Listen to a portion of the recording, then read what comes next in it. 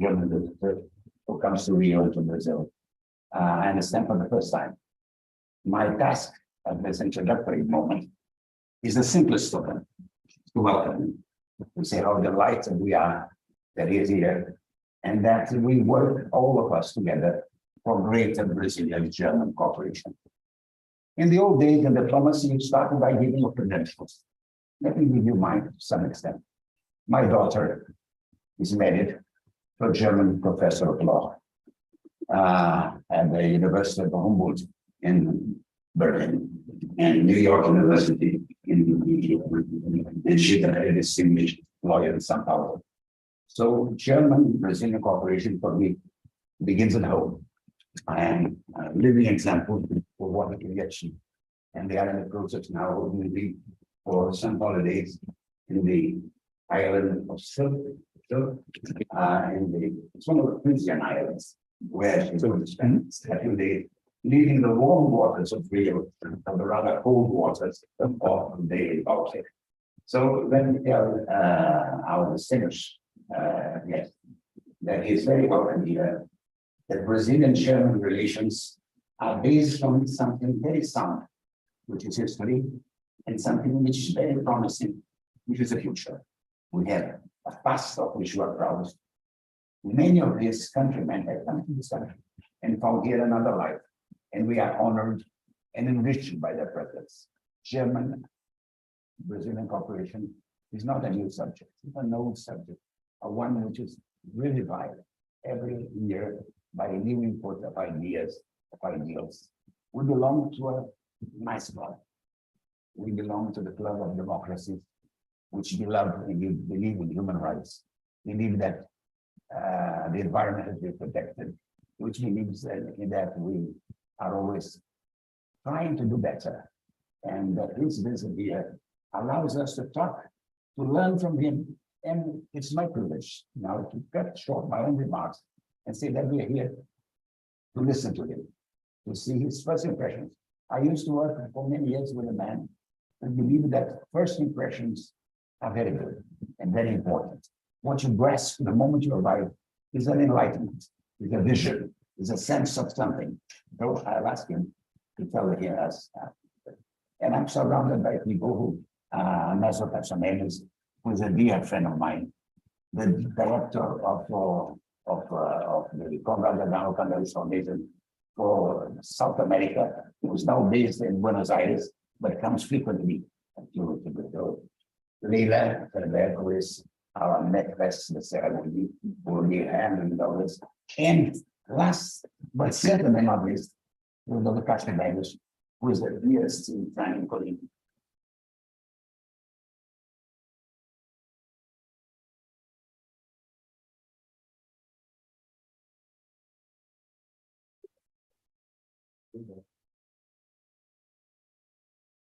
My pleasure to have you here. I hope that your impressions will be so vivid that you come more times to this country and to the city. So welcome to CEBRI, welcome to this city. I've said my piece, and I thank you for listening to it. Thank you very much. Is it my turn already? No. No, it's not. So because you were looking at me, so I'm ladies first, obviously.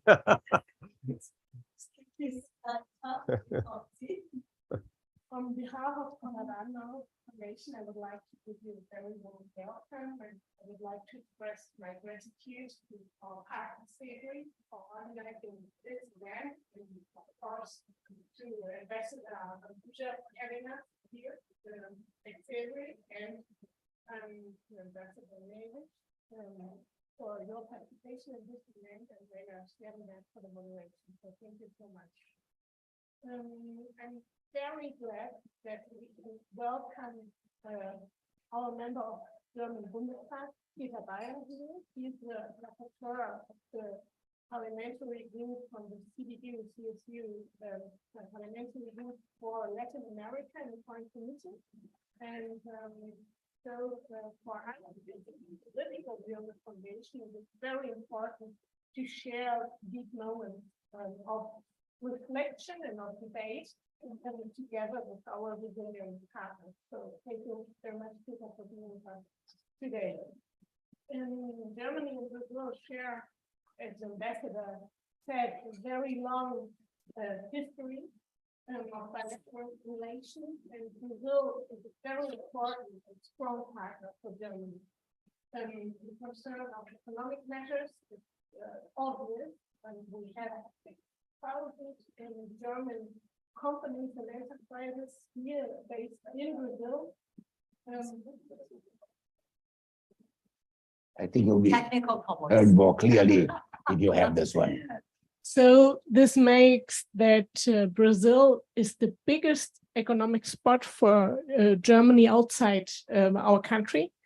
But obviously our shared interest in promoting democracy and promoting human rights is very important for our bilateral relations. Sometimes in the last decades, especially in the last decade, the political attention of German and European leaders has been focused very much on regions nearby as the Middle East, also on Africa because of migration problems, and sometimes in economic terms also on Asia. But I'm very glad that we have seen in the last months, especially, the rising interest of high-ranking German and European politicians in South America.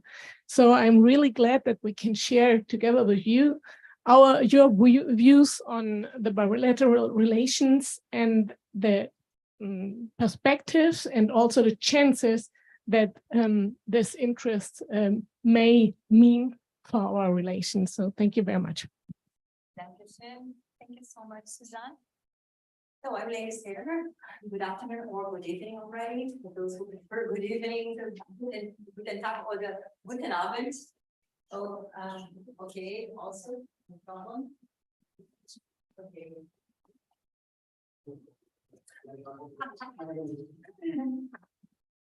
No problem. Le partage du bâton. We're gonna mix languages now. Well, the timing of this seminar is very interesting. For the time being, we are 2 weeks before the NATO summit in Vilnius, Lithuania. 1 week after, we will have the CELAC European Union meeting in Brussels. So we will have a lot to discuss. And this year has been very rich for Germany-Brazil cooperation, I'd say, beginning with the visit of Chancellor Scholz to Brazil earlier this year. Lots to talk about concerning the Amazon funds, etc., and interests of Germany concerning the potential of Brazil as a producer of green hydrogen. We can talk about all that. And we all can also talk about the visit of the President of the European Commission, Ursula von der Leyen, by the way, formerly a German minister, right? To Brazil and to Latin America, actually, to discuss investments, cooperation, and so forth. And so we have a lot to talk about, and I'd like to present our speakers this evening. We do have Peter Bayer, like Suzanne said, he's a member of the Bundestag. He belongs to the Foreign Affairs Committee, where he's the CSU's group rapporteur on Latin America, and from 2018 to 2022, Bayer was the coordinator of the Transatlantic Cooperation of the federal government. We also have Ambassador Luis Augusto Castro Neves, Vice Chairman Emeritus and formerly Chairman of CEBRI. He's President of the Brazil-China Business Council and former Ambassador of Brazil to Paraguay, China, and Japan. At the Ministry of Foreign Affairs, he was Assistant Secretary General for Foreign Affairs and Director General for the Americas, among many other positions. Finally, we do have Ambassador Marcos Zambuja. We just listened to his very interesting opening remarks. He's a trustee emeritus at the Brazilian Center for International Relations, having served as ambassador to Argentina and France, as well as head of Brazil's delegation for disarmament and human rights affairs in Geneva. He was coordinator of the United Nations Conference on Environment and Development, the Rio 92 Earth Summit. Each of you will have 10 minutes for your initial ideas, then we'll have a debate, and I will ask a couple of questions, and we also will have questions coming from the audience, which will be sent to our team. So those of you who are watching us virtually, please send your questions to our speakers. So we begin with Abigail Petabaya. So please, the floor is yours. I would try directly with this microphone. Thank you very much for the kind invitation, for having me here today. Thanks to CEBRI, thanks to the ambassadors, to Laila, and also to the Konrad Adenauer Foundation, to Susanna and her team, who brought me to Brazil, actually my first time in this wonderful country. As the ambassador said in his introductory welcome remarks, you were very kind with me. Actually, I'm here during my visit in a listening mode, and I want to learn more from my discussion partners. But since I have the microphone, I've been asked to share some of my views. I'm happy to do that, and it's really an honor for me to be here to have that webinar and seminar together with you. So I try to be very brief, and please interrupt me if I'm taking too much of your time. As has been said earlier, there's a long history of Brazilian-German friendship and cooperation, and until today, Germany has with Brazil the only strategic partnership in the whole continent of South America, or if you go a little bit further, in the whole of Latin America. There's only one strategic partnership that we're having, and that this is with this country, is with Brazil, and this underlines how special that relationship is. Having said that, it goes without saying that in any relationship, partnership, or even friendship, there's good times and there's not so good times. And Laila, you mentioned that I was from 2018 to 21. I was the transatlantic coordinator of the German government. That was, if we remember, during the time, part of that at least, where Donald Trump was president of the United States, where the transatlantic relations come under pressure. So, Brazilian President Jair Bolsonaro has often been referred to as also as like the Brazilian Trump. I don't know if you share that view, but just to make that comparison, to just indicate that these were times where the German-Brazilian relationship was also coming under pressure with regard to some of the things, and I don't want to go into the details because I always like to be realistic and optimistic as a politician, but also in someone who's a stronger believer in our partnership, and I would even say friendship.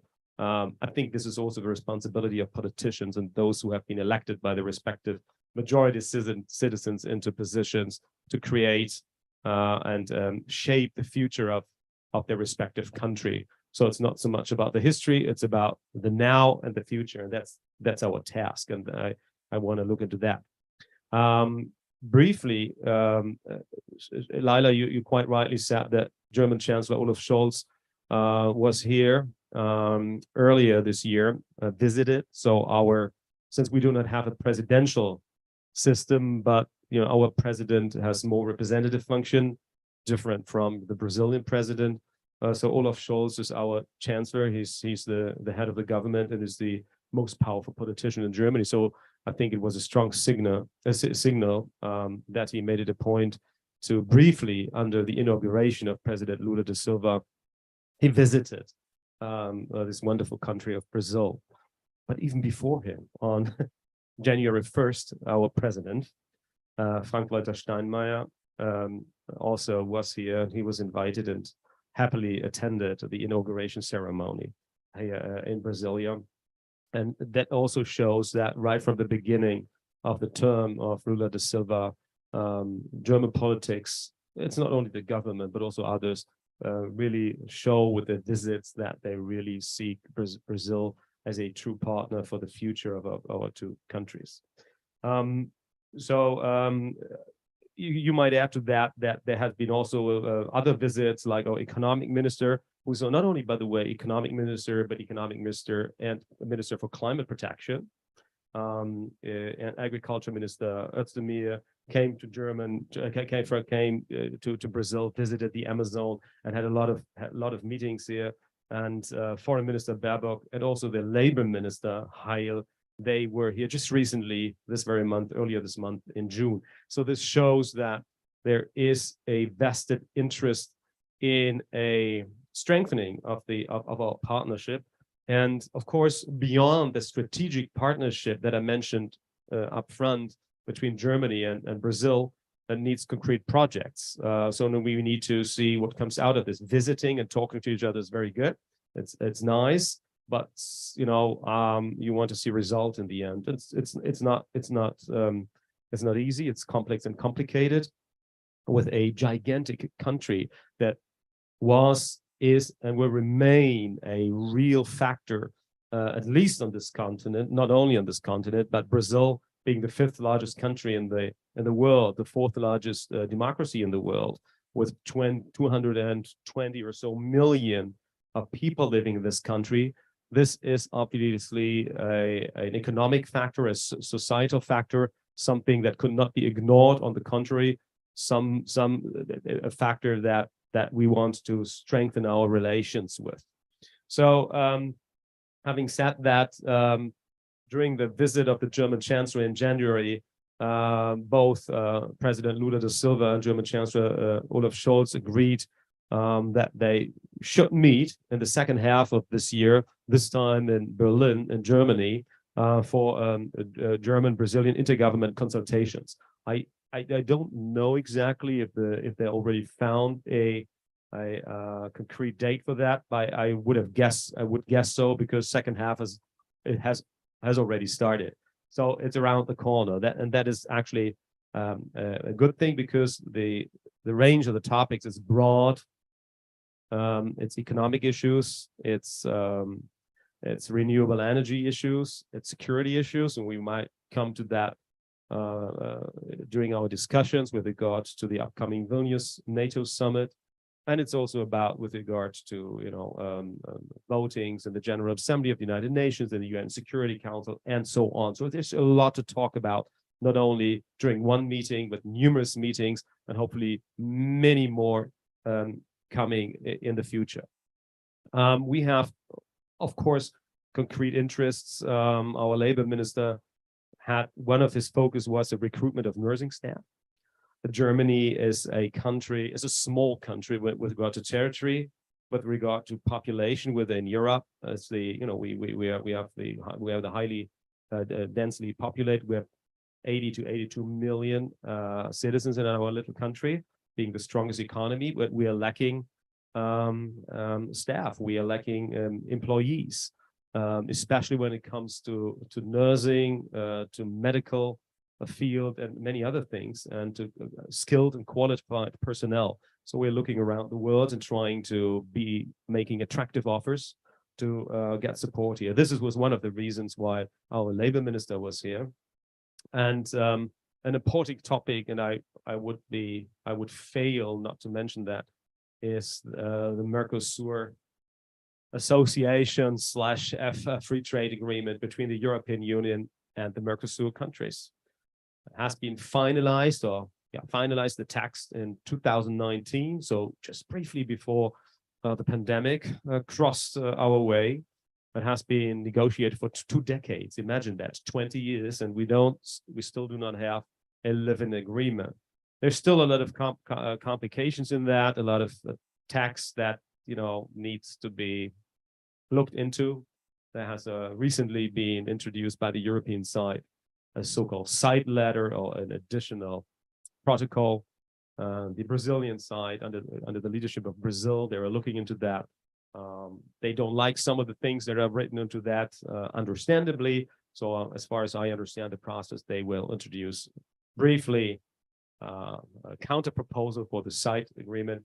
But if I may do so, he's sitting here now in Rio de Janeiro, former capital of Brazil. I would really plea to everyone involved, that's the Europeans and the Brazilians, to find a way to agree on a conclusion of that agreement, that the parliaments can really ratify this by the end of this year. That was one of the missions when the commissioner of the European Commission, Ursula von der Leyen, who used to be former German defense minister, visited a week or 2 weeks ago this wonderful country.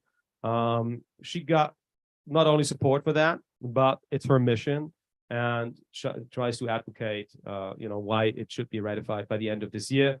This should be on equal footing, an agreement which is beneficial for everyone included. So I hope, and I'm optimistic that everyone with a political will who is a party in the negotiations to this agreement will understand why it will be better to have it than not to have it. So that is one of a really strategic goals that we're trying to look into. And there's a lot of things, many more things that I could talk about, but I don't want to take up too much of the time. Certainly, and we'll conclude with that. Certainly, we see some critical things with regard to the incumbent Brazilian government when it comes to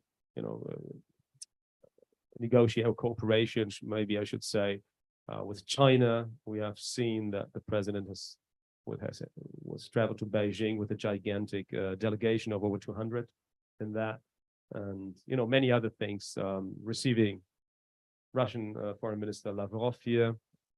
Look, I should say we, maybe even everyone should welcome and applaud everyone with a serious, honest and credible proposal or initiative that would bring peace in that current war of aggression of Russia against Ukraine, a war that is a European war. It's happening on European territory, but then again, I personally am convinced that this is not only a war against two countries over there in distant Europe, looking from this side of the Atlantic, but it's a war against the international rules-based order. It's a war against our way of living, the values that we believe in.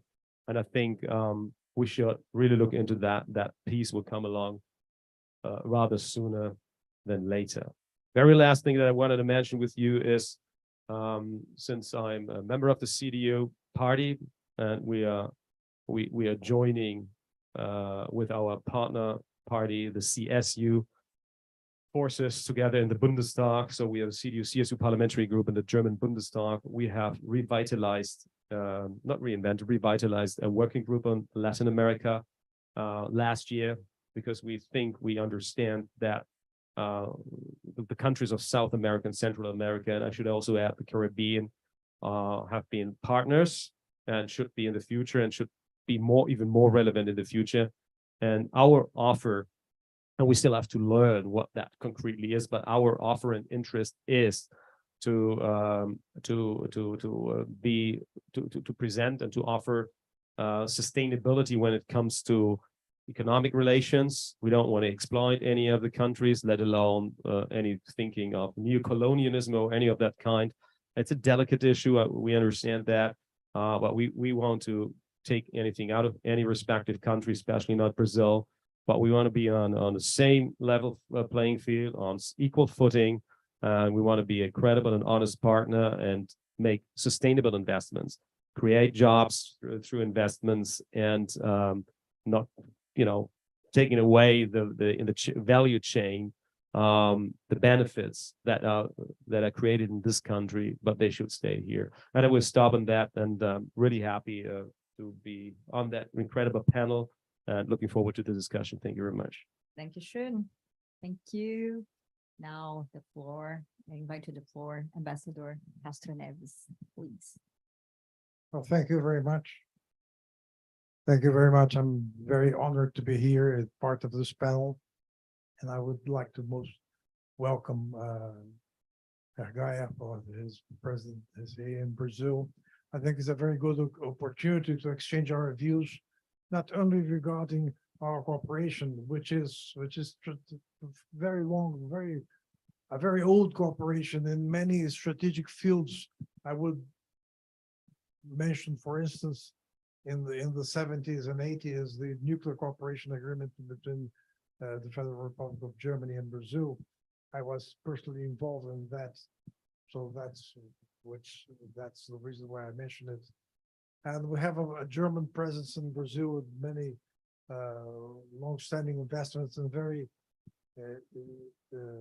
important sectors of the Brazilian industry, not only car industry, but also in chemics and in electricity. I would mention Siemens, Bayer, for instance.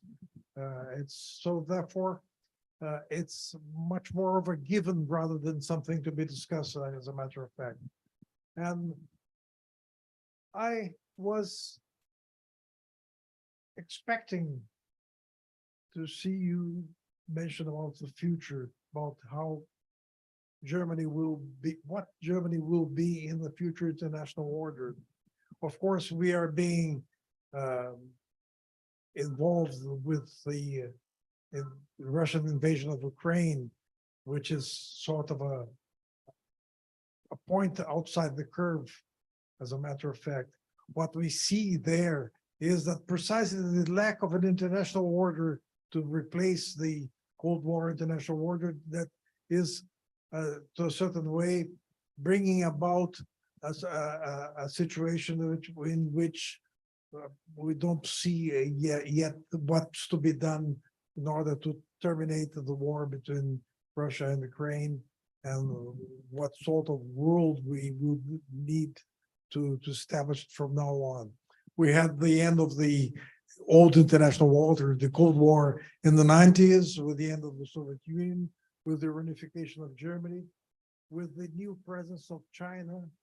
And at the time, people thought that we were about to see the end of history, as Francis Fukuyama mentioned.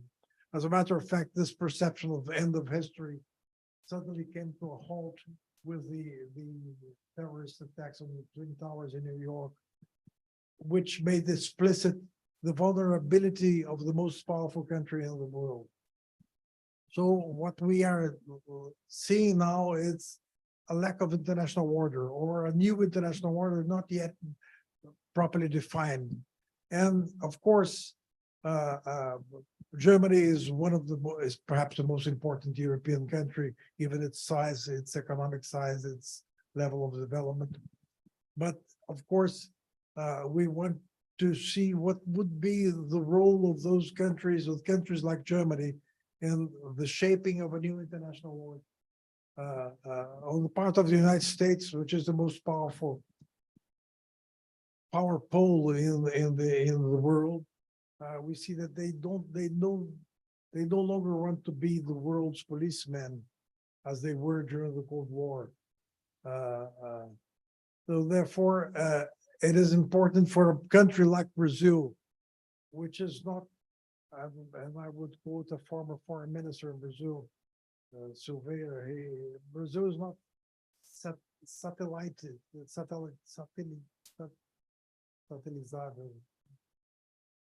It is a country too big to become a satellite.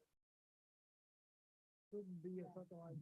It would be impossible even for us to become a satellite, because given our size, which we have already mentioned. So therefore, a country like Brazil do not want to be just a part of one bloc or another, but we want to see countries which are very important, like Germany, to see what are the prospects, how it sees the future, and how it sees Germany in vis-a-vis their relationship, not only with the United States, which is the most important ally, but also with Russia, which has a longer history, which goes from centuries from now, and also with China as an emerging power. I think it has already emerged an emerging power, which is very important, but whose role is not yet very well precisely defined in the new international order. I have just finished reading Henry Kissinger's book on leadership, and his first chapter is on Konrad Adenauer. And it was very interesting and very instructive for me how Adenauer saw what's to be done in a destroyed Germany, and he was indeed very successful.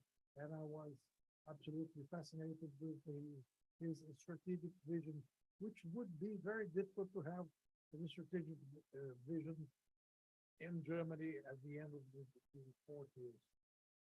So therefore, I'm curious to know how Germany sees its role in the new international order, regardless of the fact that we don't know yet what are the basic pillars of the new international order. But I'm very curious about that because it does have an effect on the rest of the world. It does have a particular effect on Brazil, a country which has a very important part of its population of German descent, mainly in the south of the country. So therefore, I don't have many other things to do, but I wish to listen more from you. But first, we're gonna have Ambassador Azabuja. So, and what do you make of? What do you make of what the representative said and of Ambassador Castronet's remarks? I'm in broad agreement with everything which has been said. Germany has an enlarged role to play now in Europe since Britain, UK left Europe in a sense politically. Now the axis, the original axis, which was Paris, then on, remains now crucial to Europe. So I think that there is a bigger role to be played by Germany in a Europe in which the United Kingdom is no longer present in that sense.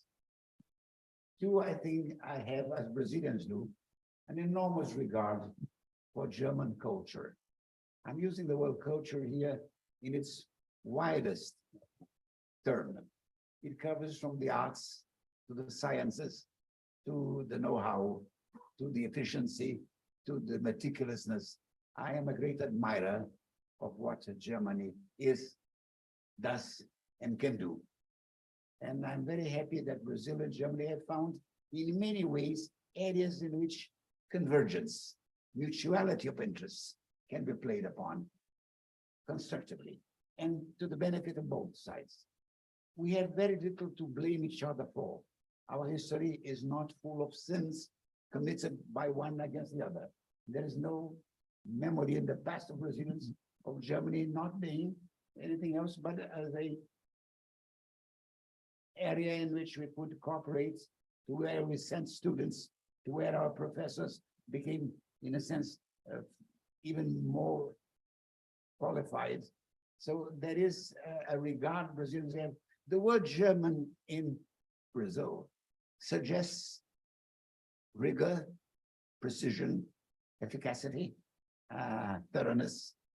They are virtues which we associate with the German spirit and with the German achievement. So let's go on along this line. We must pursue what is a good avenue, which was opened before by us. So I have no bright new ideas. I have, in a sense, the pursuit of more of the same, increasing more and more cooperation, dialogue, communality of interest. Brazil and Germany have now three areas in which we can do well. I think is the area of human rights in general, the area of the environment in general, and the area of the achievement of progress and prosperity.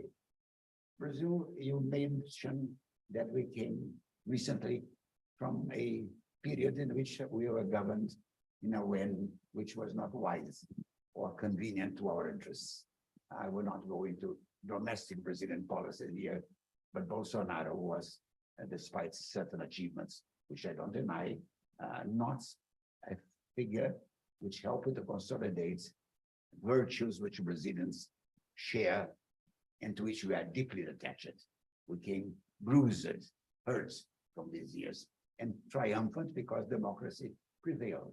We are here talking as we are because democracy is still with us. But we have found out since the Trump events in the Capitol and Bolsonaro here, that it's still a fragile commodity. Democracy remains fragile here, and even in countries where we thought it was so well rooted, so fundamentally established that no threats could come from. So I celebrate that. We have another differences which come from geography, from history, and from perspective. Brazil is, what is it, a developing country, an almost developed country, an emergent society. We have many labels for ourselves. And Germany is already a fully mature society with achievements which impress everyone. So we must be considerate of each other.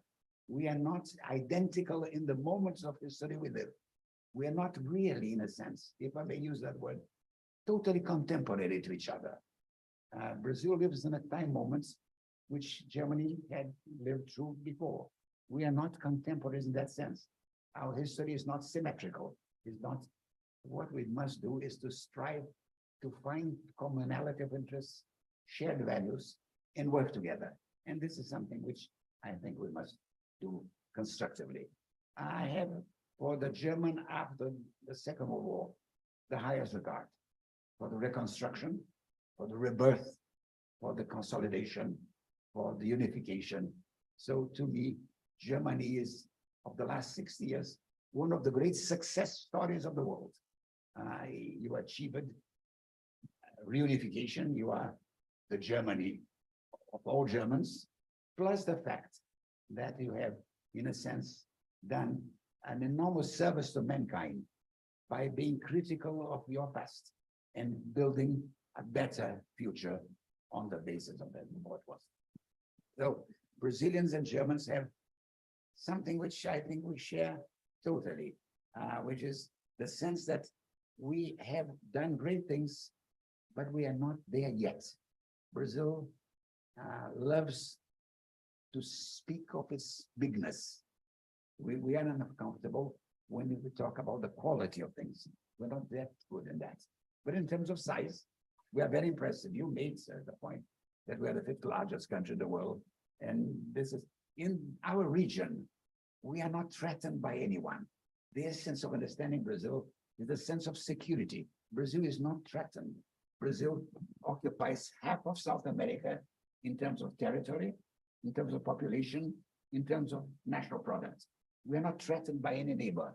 We tend to live comfortably within our borders, seek no further aggrandizement of our territory, and we try to pursue a policy which will generate trust and confidence of our neighbors.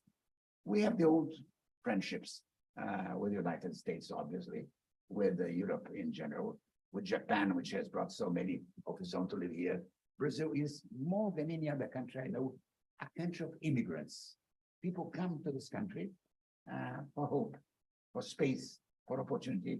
Now we have, in a sense, playing a different role. Not quite a few, but quite many Brazilians have gone abroad in pursuit of better chances. So with the same open-heartedness that we accept immigrants, we understand that some of ours must go somewhere else to change, take a better chance. So your presence here, sir, is an opportunity. I will try not to miss it. We have no recipes for the world. We teach no lessons. We're not exemplary. We hope to be relevant. By relevant, I mean that what happens here is significant to others, not exemplary. We are not setting ourselves as a virtuous country above others. We make mistakes which are sometimes futile, sometimes avoidable, but we, I think, have a trust in certain guidelines from which we do not deviate. Brazil is respectful of peace, of the international order, of the rights of its neighbors, and we pursue a policy. Now Lula is having a difficult moment because it's a difficult thing to do to repeat a successful act. He was a very successful president twice. How do it a third time? Not easy. Not easy. That's a hat trick. How do you play a third goal when? So he is being asked to do what perhaps he's not able to do, which is to reinvent himself. So perhaps, you know, the trouble with coming back is that you bring with you your own luggage and not perhaps too many new ideas. But still, let me tell you this. Brazil is a force for order, for peace, for stability. We are not major player, but we are a useful player. We are the country which has most frequently contributed to UN peacekeeping forces. We are available. We are constructive. We are moderate. We feel that sometimes when others are in the heat of battle, of war, of conflict, they expect Brazil not to be Brazil. What Brazil will be is moderate, is constructive, is patient, is accommodating. You know, our virtues are not heroic virtues. We have the virtues of patience, of a certain kind of primitive wisdom, a sense that the world is done better served by peaceful workers than by belligerent adversaries. So thank you for coming. I hope that you will come more times and that you will be a precursor, sir. That when you go back to Berlin, you'll say, well, I've talked to people there. They love us, they like us, they admire us, and they want us to be closer to them. So do that.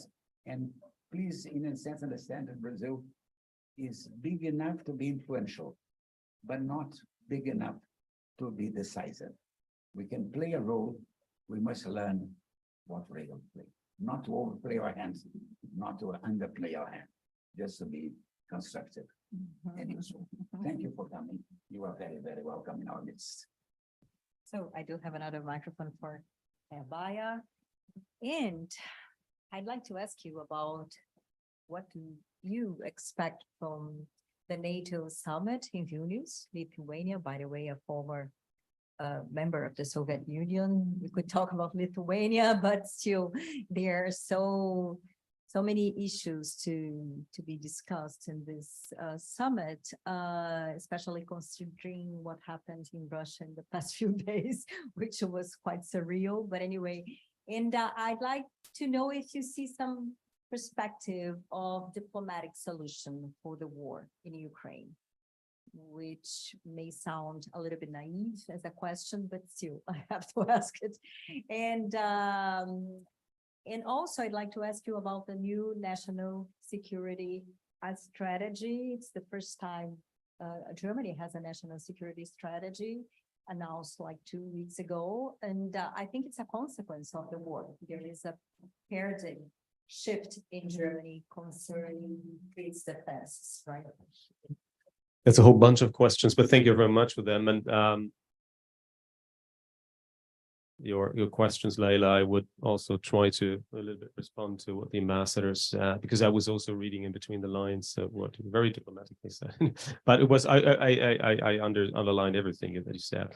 But where to begin? You started off with your question with regard to the NATO summit that is upcoming in Vilnius, Lithuania, very, very soon. Well, let me say that there are high expectations to that very summit, and I think it's very good to have it in the Baltics, or in the Baltic countries. They have, for not only since the war, but the years before, lived under conditions where they constantly felt under threat by the Russian Federation, being small countries, being in very close vicinity, having Russian citizens in their citizens in their countries, and being, how should I say, I was almost about to say proud members of NATO, because they feel the protection that NATO can guarantee, can give countries, not only small countries, but all the others as well. Because NATO is a club, is an agreement that has never gone against anyone. It's not an aggressive, proactive club, but it's also it's there for the defense and to guarantee the defense of its member countries. So the upcoming Vilnius summit comes with high expectations, especially with regard to a possible invitation, or not only invitation, but actually to extended invitation, which means actually almost a membership to Ukraine.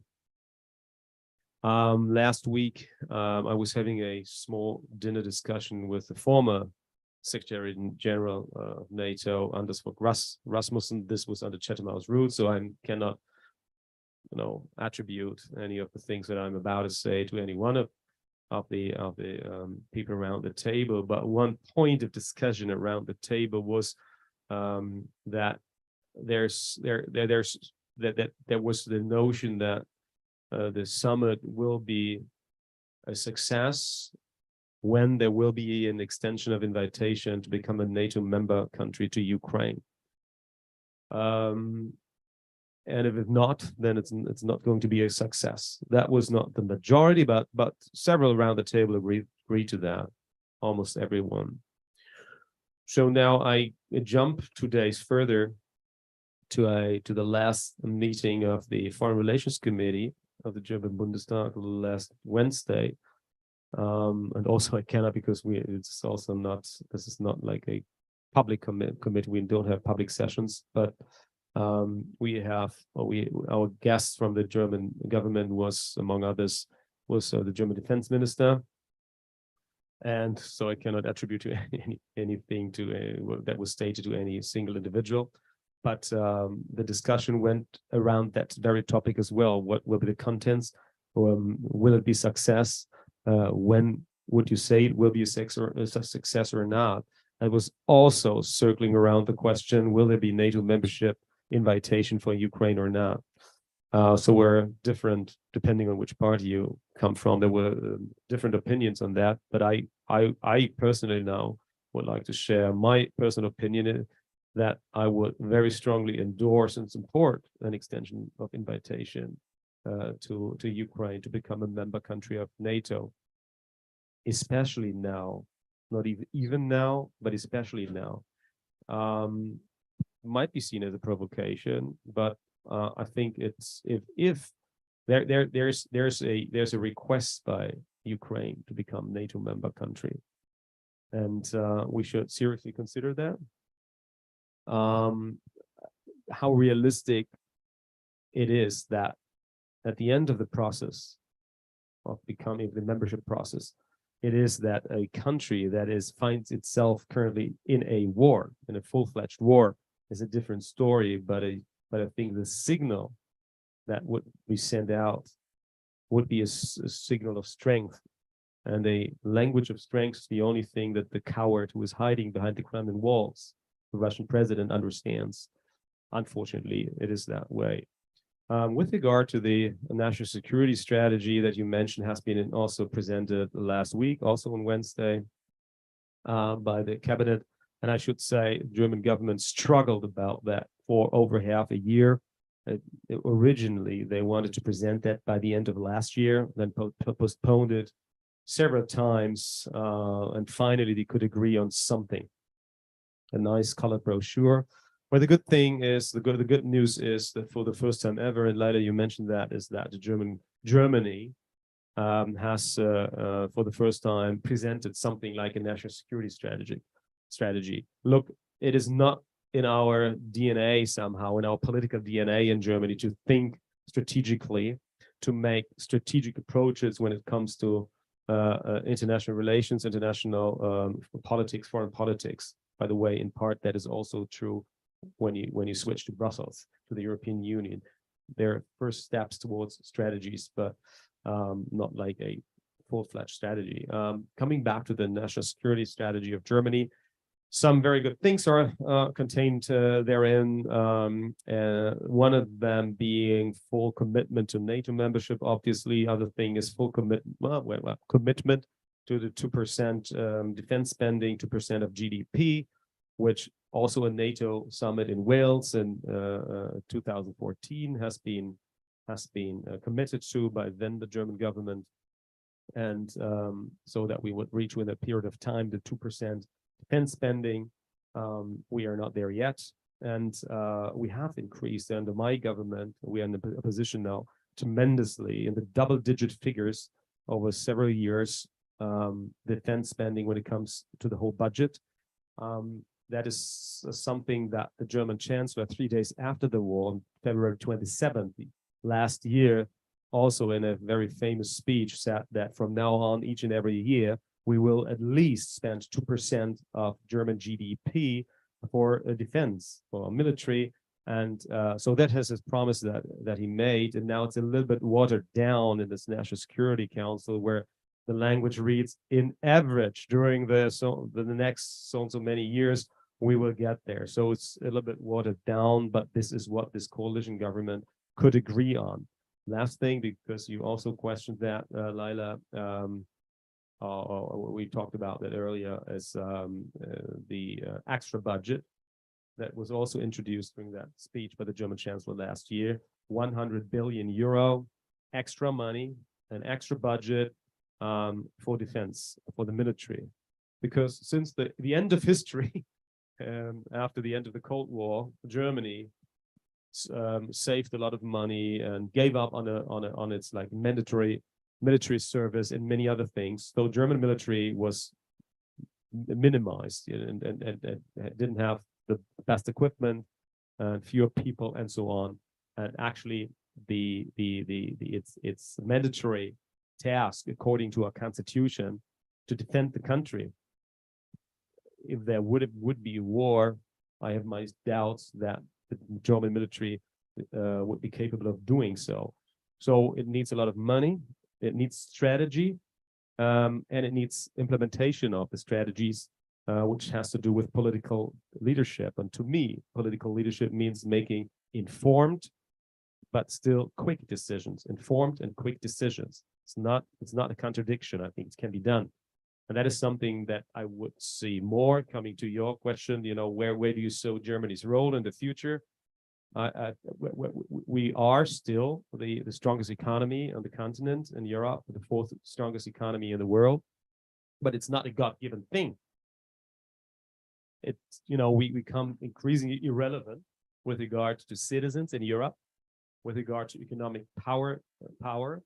And so I think Germany is capable of stepping ahead and making better decisions, quicker decisions, being a leader in Europe when it comes to building up a European defense industry, building up a digital industry in Europe, and also on the economic side. Not alone, always in close coordination with our allies on the other side of the Atlantic, but increasingly more within Europe. And I will finish with that. Any German government, be it this one or any future German government, should not hide behind two things. First, his history, Second World War. Second thing is behind, German dominance and leadership is not so much liked in Europe or anywhere else in the world. On the contrary, we increasingly see a craving, a request for more leadership of Germany, and that is something that I would like to see Germany in the future much, much more than today.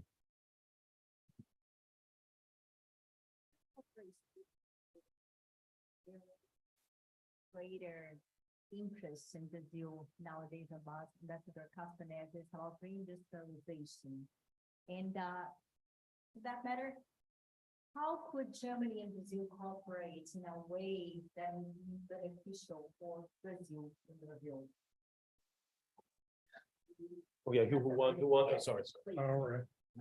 Well, I think in this respect, I think we have what we have seen from, throughout the years. That's a willingness on the part of Germany to cooperate with Brazil. German presence in Brazil is a very eloquent example of that. I think the problem is more on our side.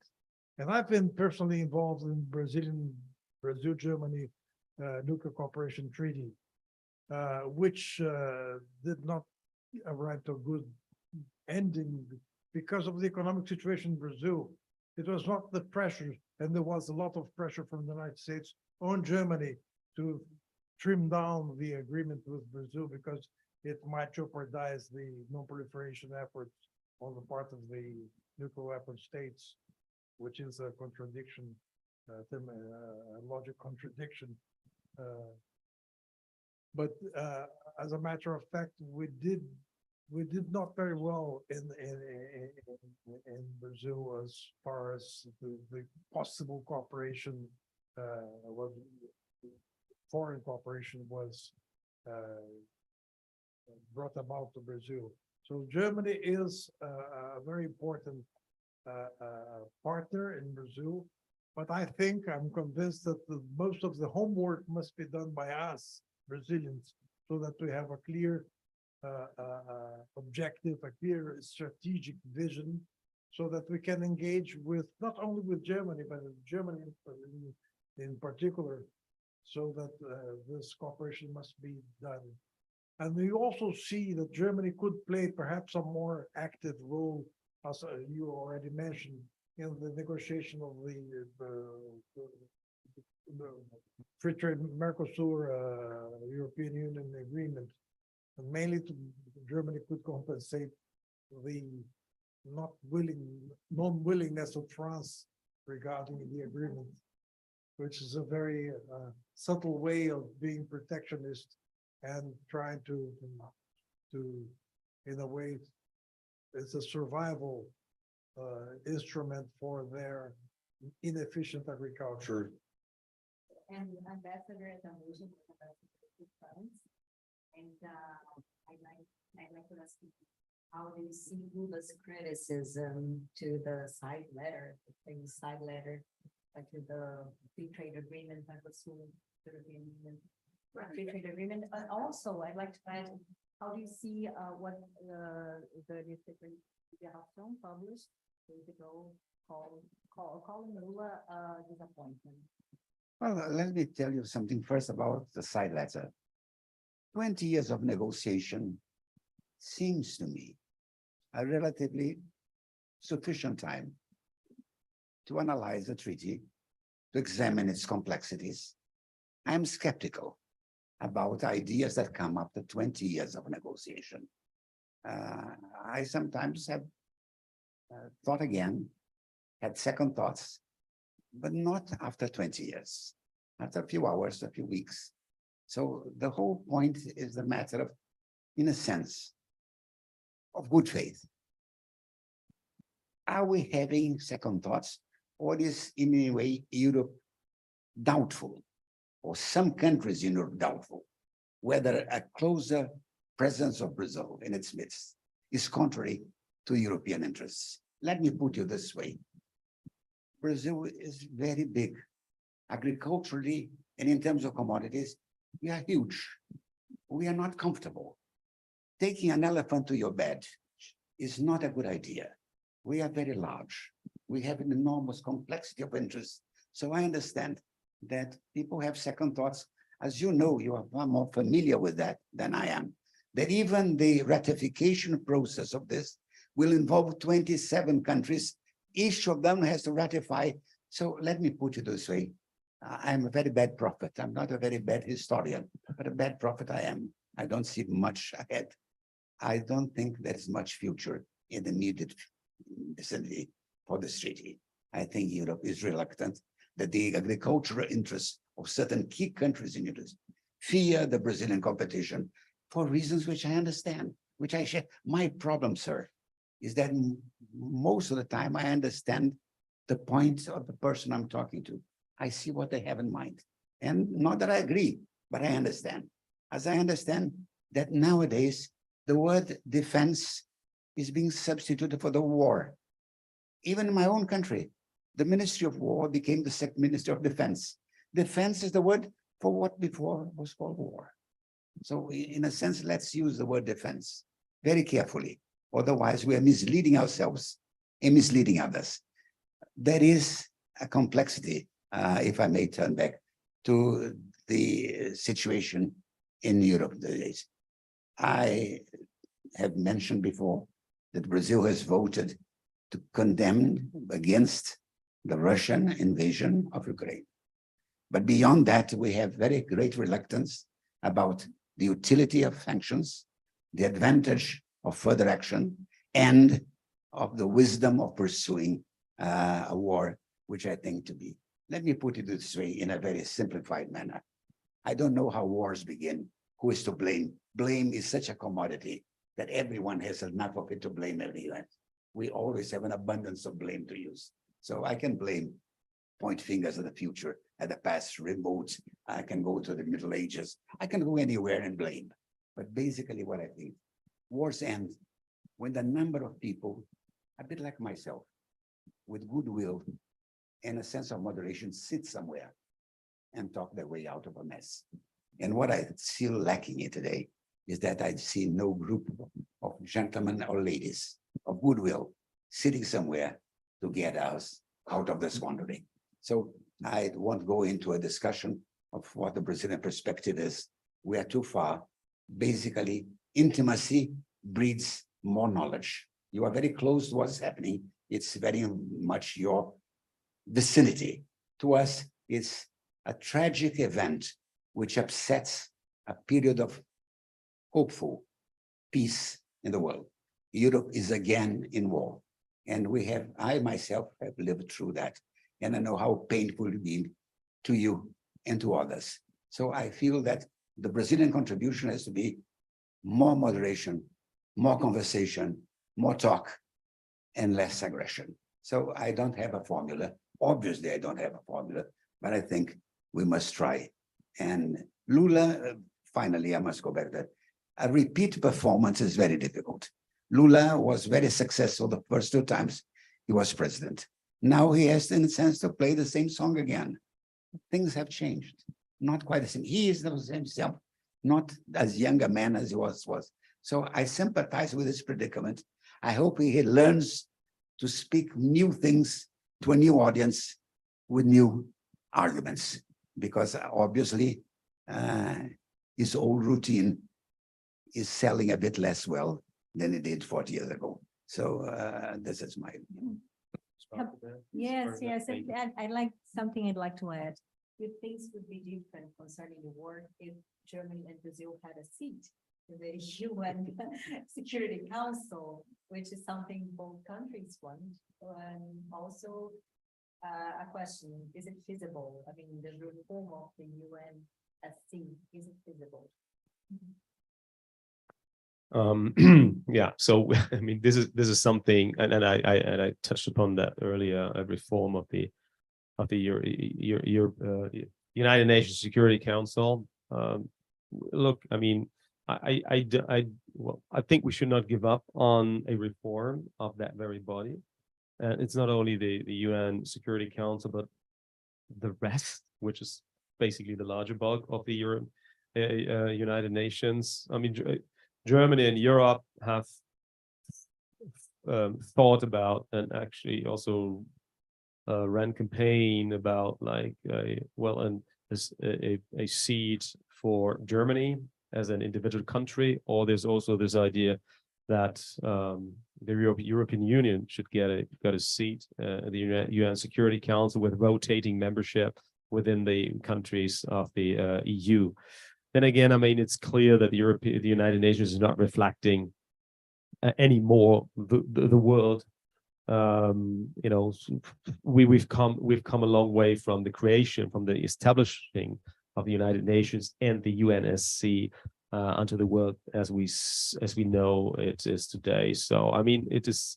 I don't know how realistic that is, but I think it's worthwhile not to give up and to run campaigns, not only selfish out of your own country's national interest, but to partner with other countries to reform the United Nations. And especially, now I think it's not very realistic with especially two veto powers, the P5 out of the P5, the permanent five, Russia and China blocking everything with their veto. I mean, they have that veto power that they simply have, and with that current situation, I don't see any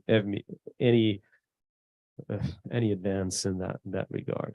But let me please respond to one or two things that the ambassador has said, starting with Mercosur and then coming to the situation, to the war in Europe.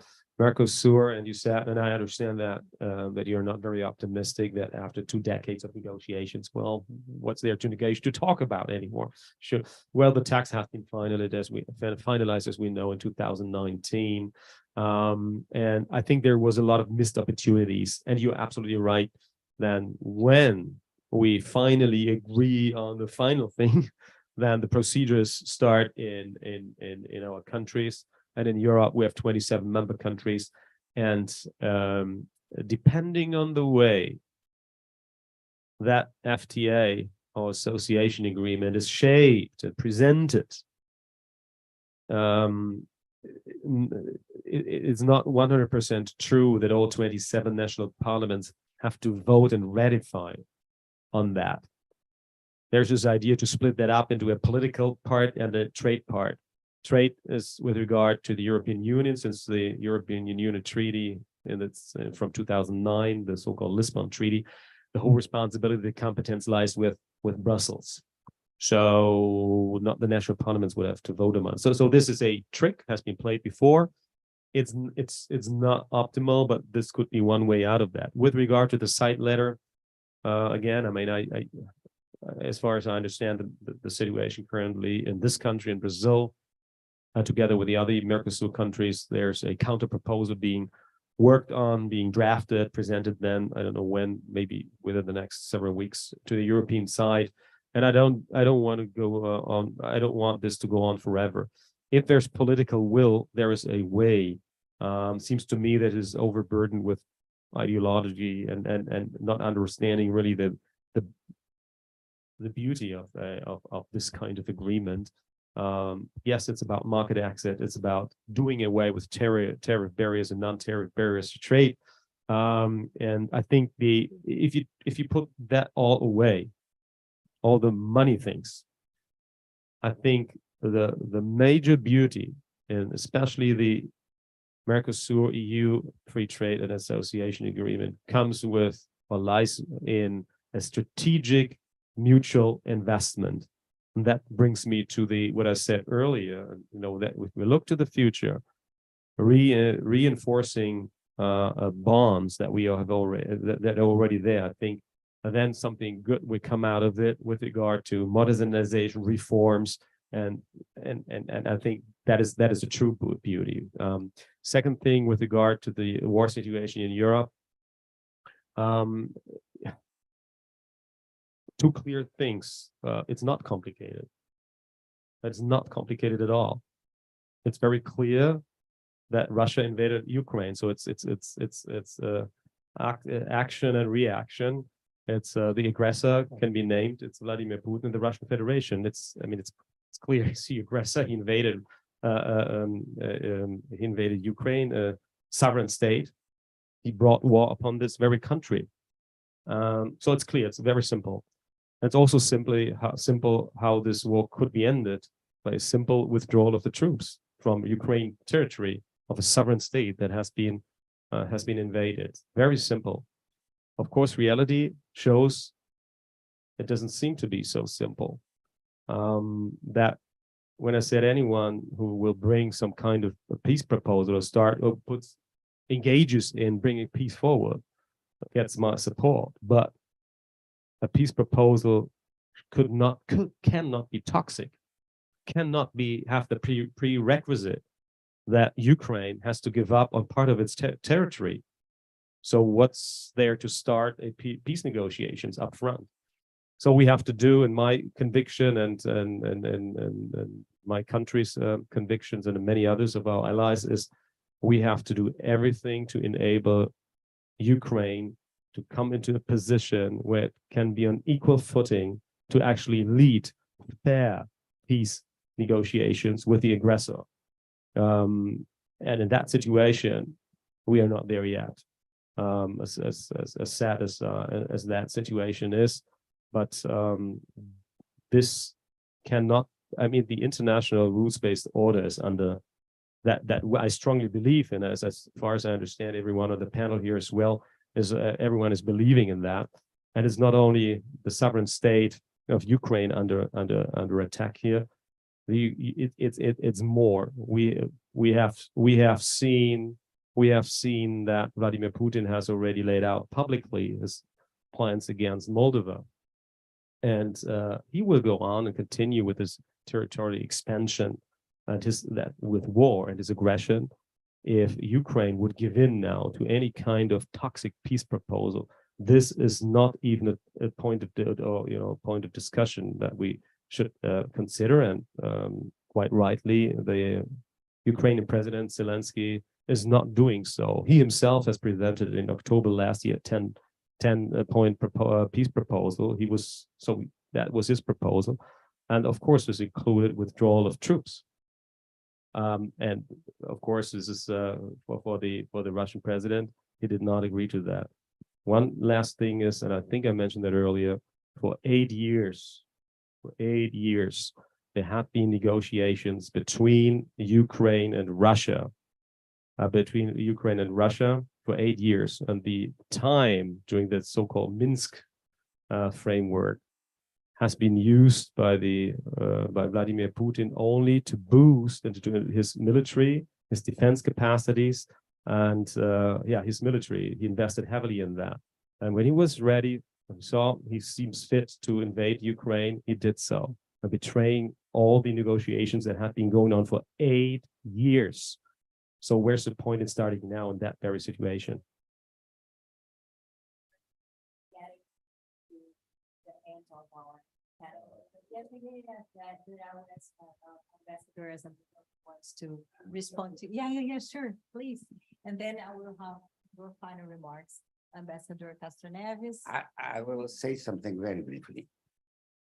You have used the word simple many times, which a word which I avoid as the plague for many decades. If there is anything that this situation does not contain, is the word simplicity. Complexity is the essence. The complexity of national interests, of ideological interests, of territorial claims, of ancient history. I could not agree with you less on the idea that what we have going on, another war in Europe, is simple. It's just, to me, a renewed nightmare.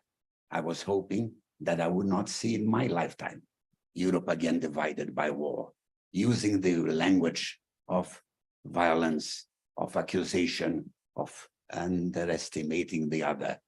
So my feeling is that I made a plea for complexity, for moderation, for patience, for diplomacy. I see that at this point, you are not sharing that view. So leave it at that. At this point, you and I are not at the same line and the same page. We will be, because peace ultimately will triumph. With that accommodation, with that compromise, with everything which made civilization possible.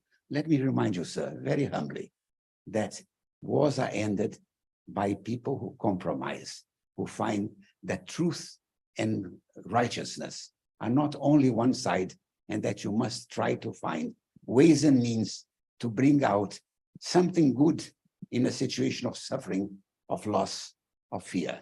So my plea as a Brazilian is that we must do everything to understand, to find a compromise, and to accommodate interests which are not per se impossible to solve. So I thank you for your comment. And we must agree in a moment that we don't have the same perspective. I am speaking from Brazil, thousands of miles away from conflict, a country which has no conflicts, and you are immersed in a region. It's another European war. Perhaps Europe needs wars. Perhaps Europe likes wars. We don't. We try the best we can to avoid war. We try to live well with our neighbors, to respect each other. So please be patient with a country which, diplomacy, which believes that you are not always totally right, and that no single question in international life can be called simple. Simplicity is the enemy of solutions.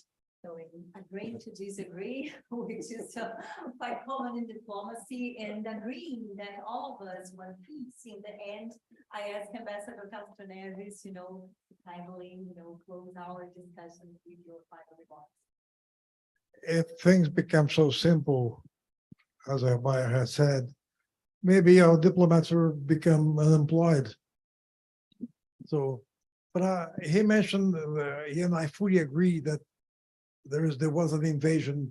Russia invaded a sovereign country without any credible reason for doing that, except for, well, not very clear reasons, but expanding its power or trying to resist to what they perceived as an expansion of the West and a containment of Russia. But that's to be said. But that's part of our history, even our recent history. We have seen great powers invading countries without those countries being a vital, important strategic obstacle to their goals. For instance, the United States presence in Vietnam. It was Henry Kissinger who said that the U.S. had no vital interest in Vietnam, so he started the complex negotiations to end the war. It was successful. We had the invasion by the United States of Panama, for instance, because the president of Panama was a drug dealer. I do not favor drug dealers, but it's not a matter of invasion of a matter to justify an invasion of a sovereign country. So therefore, what we see here is not new. Though the international order, the old international order has disappeared, and it does contribute to a certain perplexity that we all see the conflict between Russia and Ukraine without trying to put forward a meaningful solution. But there's nothing new in big countries invading small countries, or sometimes for unknown reasons, sometimes for wrong reasons. The U.S. started the Gulf War, invaded Iraq. It was the wrong invasion because Iraq had nothing to do with the terrorist bombing of the Twin Towers in New York. And it was also based on false findings that Iraq had mass destruction weapons. That was not true at all. But we have seen that now. We see what is going on with Ukraine, and the complexity is precisely because we are nobody is able to put the conflict in a clear. Nobody has a clear perception of what the conflict is about. So that's the big complexity of the issue. But therefore, I think that we should continue our discussion of this matter until some. No, not here now. Not here now. But so sometimes someone will come with a bright idea and we will solve that. Yeah, so thank you so much. Done in that.